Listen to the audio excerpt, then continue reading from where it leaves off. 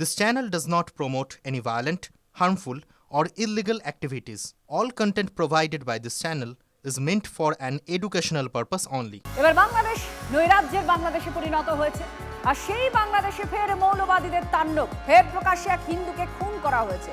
এবার শরীয়তপুর সেই জেলায় হিন্দু ব্যবসায়ীকে কুপিয়ে খুনের অভিযোগ উঠল। ধারালো অস্ত্র দিয়ে কোপানোর পর গায়ে আগুন লাগিয়ে খুন ওষুধের দোকানের মালিক খোকন দাসকে, একেবারে দীপু দাসের মতো করে আধমরা করে মেরে তারপর আগুন জ্বালিয়ে দেওয়া হয়। খোকন দাসের ক্ষেত্রেও ঠিক তাই, তাকে কোপানো হয়েছে ধারালো অস্ত্র দিয়ে, তারপর আগুন লাগিয়ে খুন করা হয়েছে ওষুধের দোকানের মালিক খোকন দাসকে।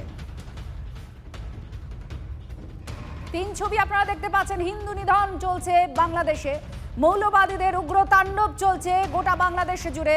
এবার শরীয়তপুর জেলা, সেখানে একেবারে ডান দিকে যার ছবি দেখাচ্ছি খোকন দাস, তাকে ধারালো অস্ত্র দিয়ে কোপানো হয়েছে। একের পর এক কোপ পড়ে তার উপর, তারপর তাকে পুড়িয়ে খুন করা হয়েছে। আর তার সঙ্গে সঙ্গে আপনাদের দেখাচ্ছি একেবারে বাঁ দিকে দীপু দাসের সেই বর্বরচিত হত্যাকাণ্ডের ছবি আপনারা দেখতে পাচ্ছেন। আর তার সঙ্গে সঙ্গে অমৃত মণ্ডল, যাকেও খুন করা হয়েছে। এবার খেলার প্রসঙ্গে আসি। মুস্তাফিজুর ইস্যুতে ভারতের কড়া অবস্থানে চাপে পড়ল বাংলাদেশ। বেপরোয়া হয়ে আইসিসির দ্বারস্থ হতে পারে বাংলাদেশ ক্রিকেট বোর্ড। নিরাপত্তার দোহাই দিয়ে ভারতে বিশ্বকাপ খেলতে চাইছে না বাংলাদেশ। আইসিসিকে পুরো বিষয়টি জানাতে বাংলাদেশ ক্রিকেট বোর্ডকে নির্দেশ ক্রীড়া মন্ত্রণালয়ের প্রধান উপদেষ্টার। বিশ্বকাপে খেলতে আসার বিষয়ে গতকাল রাতে বৈঠকে বসে বাংলাদেশ ক্রিকেট বোর্ড। আসন্ন টি-20 বিশ্বকাপে ইডেনে ম্যাচ রয়েছে বাংলাদেশের। বাংলাদেশে আইপিএল সম্প্রচার বন্ধেরও সিদ্ধান্ত ক্রীড়া উপদেষ্টার। বিশ্বকাপ বয়কট করলে কড়া শাস্তির মুখে পড়তে হতে পারে বাংলাদেশকে। আইসিসির তালিকায় তলানিতে থাকা দেশ কি আদৌ এত বড় ঝুঁকি নেবে? যে দেশ নিজের দেশেই সুরক্ষিত নয়, তারা আবার অন্য দেশের নিরাপত্তার দোহাই দেয় কি করে? পাল্টা চাপের কৌশল নিতে গিয়ে এখন প্যাঁচে পড়েছে বাংলাদেশ। 26-এর ভোটের আগে ফের চায় পে চর্চা। চা বলায় রাজনীতি নিয়ে যুযুধান তৃণমূল আর বিজেপি। চা শ্রমিকদের দৈনিক মজুরি 300 টাকা করার প্রতিশ্রুতি অভিষেক বন্দ্যোপাধ্যায়। গতকাল আলিপুরদুয়ারের সভা থেকে কেন্দ্রকে তোপ দাগেন অভিষেক। একদিন পর পাল্টা জবাব বিজেপি সাংসদ রাজু বিস্তার। না জেনে মিথ্যে কথা অভিষেকের দাবি দার্জিলিংয়ের সাংসদের। অভিষেকের 300 টাকার পাল্টা 350 টাকা দেওয়ার আশ্বাস দিয়েছেন রাজু বিস্তার।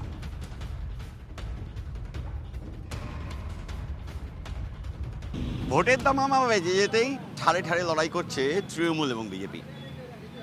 তৃণমূলের সভামঞ্চ থেকে অভিষেক বন্দ্যোপাধ্যায় অভিযোগ করেছিলেন উত্তরের চা বাগানে চা শ্রমিকদের উন্নয়নে কেন্দ্র কিছুই করছে না। সভামঞ্চ থেকেই স্থানীয় বিধায়ক এবং সাংসদদের পারফরমেন্স নিয়ে প্রশ্ন তুলেছিলেন তিনি। ঠিক তার 24 ঘন্টাও কাটেনি।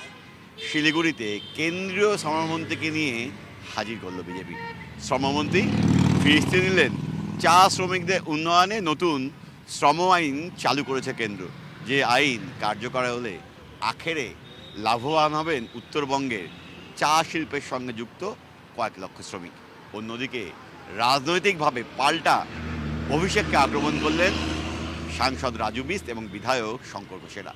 তারা বলছেন ন্যূনতম যে মজুরি, সেই মজুরি চালু করতে গেলে যে আইন, সেই আইন কার্যকর করার কথা রাজ্যই সেই আইন কার্যকর করেনি বলেই বঞ্চিত হচ্ছেন চা শ্রমিকরা।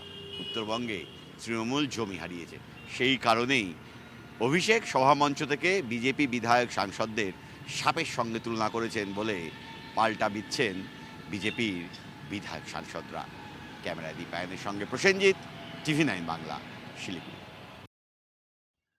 सो अभी तक जो शोषण हो रहा था चाय बागान के श्रमिकों को, वो बंद होगा।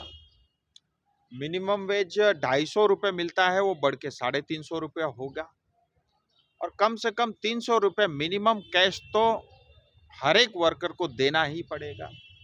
टाइमली वेज देना पड़ेगा, देरी होने से ज़्यादा वेज देना पड़ेगा। पीएफ बोनस से लेकर के ग्रेच्युटी, सोशल सिक्योरिटी का पूरा ध्यान रखा है। प्लांटेशन लेबर एक्ट 1951 के कारण चाय बागान में आज तक ईएसआई के अस्पताल नहीं बन पा रहे थे। प्लांटेशन लेबर एक्ट 1951 अब अस्तित्व में नहीं है, जिसकी वजह से चाय बागान में ईएसआई के अस्पताल बनेंगे। श्रमिकों की चाहे 5 लाख लगे, चाहे 1 करोड़ तक खर्च हो, भारत सरकार फ्री में उनका इलाज कराएगी। এবার আপনাদের শোনাবো অভিষেক বন্দ্যোপাধ্যায় গতকাল আলিপুরদুয়ারের সভা থেকে কি আশ্বাস দিয়েছিলেন। जो हम लोग का 14 दफा दाबी बोलता है मालिक, जो एग्रीमेंट था आज 14 दफा दाबी हम लोग खाली सुन रहा है।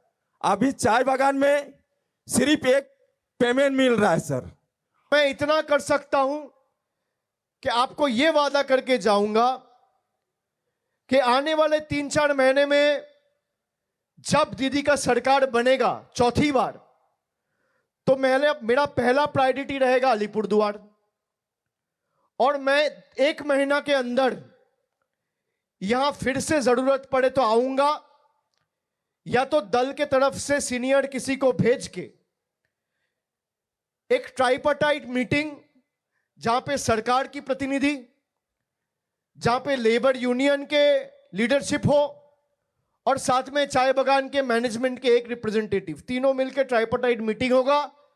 और कम से कम चाय बागान में आपका 250 से 300 रुपया डेली वेज हो, यह मैं सुनिश्चित करूंगा। यह मेरा वादा है आप सबसे।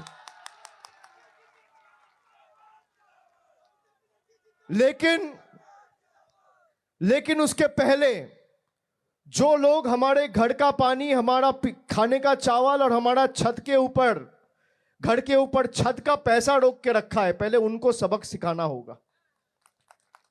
बाकी जिम्मेदारी मेरा। কেন্দ্রীয় মন্ত্রী মনসুখ মান্ডব্য তিনি কি বলেছেন শুনুন এবার।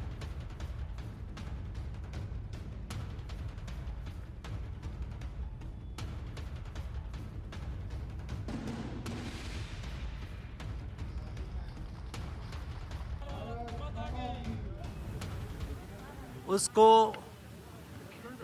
देश के सभी लेबर के अनुसार उसको मिनिमम वेतन मिलेगा। जो भारत सरकार फ्लोरवेज तय करेगी वो हमारे प्लांटेशन वर्कर्स को भी लागू होगा। उसके बच्चे को पढ़ने के लिए अच्छी सुविधा देना सुनिश्चित हुआ है। जो श्रमिक काम करते हैं और छोटे बच्चे हैं, ऐसे महिलाओं के लिए बच्चे की संभाल के लिए भी व्यवस्था सुनिश्चित करी जाएगी। আমরা প্রতিক্রিয়া নেব। শিলিগুড়ির মেয়র গৌতম দেব এই মুহূর্তে আমাদের সঙ্গে রয়েছেন। গৌতম বাবু কি বলবেন? রাজ্য সরকার অসহযোগিতা করছে, সেই জন্যই চা বাগানের শ্রমিকদের এই দুর্দশা, এমনটাই অভিযোগ বিজেপির। দেখুন, বিজেপি ভোট পাখি।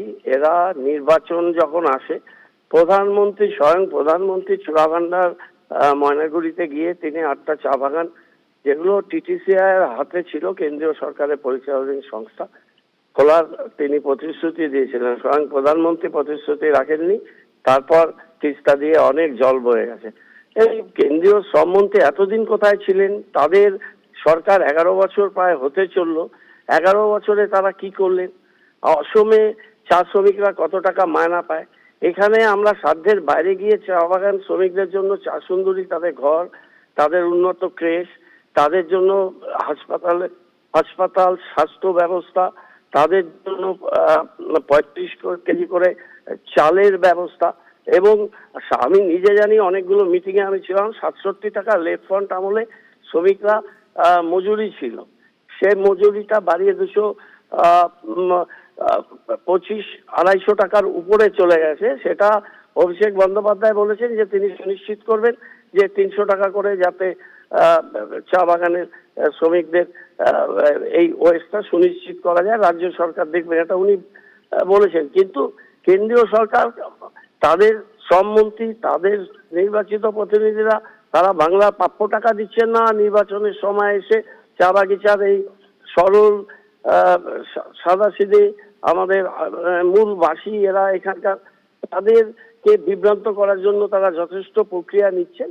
আমরা কেন্দ্রীয় সরকারের এই বিভ্রান্তির বিরুদ্ধে প্রতিটি চা বাগানে, প্রতিটি মহল্লায় গিয়ে আমরা রাজ্য সরকারের যে সুবিধা, পানীয় জল, বাসস্থান, সুন্দর রাস্তা, স্বাস্থ্য পরিষেবা, উন্নত শিক্ষা এবং মজুরি যে এতগুণ বৃদ্ধি পেয়েছে এবং চা শ্রমিকদের নিয়ে অ্যাড্রেস করছি, আমরা তাদেরকে সাথে রাখছি এবং তাদের জীবনের মান উন্নত করার জন্য সব রকম ব্যবস্থা রাজ্য সরকার। ধন্যবাদ গৌতম বাবু।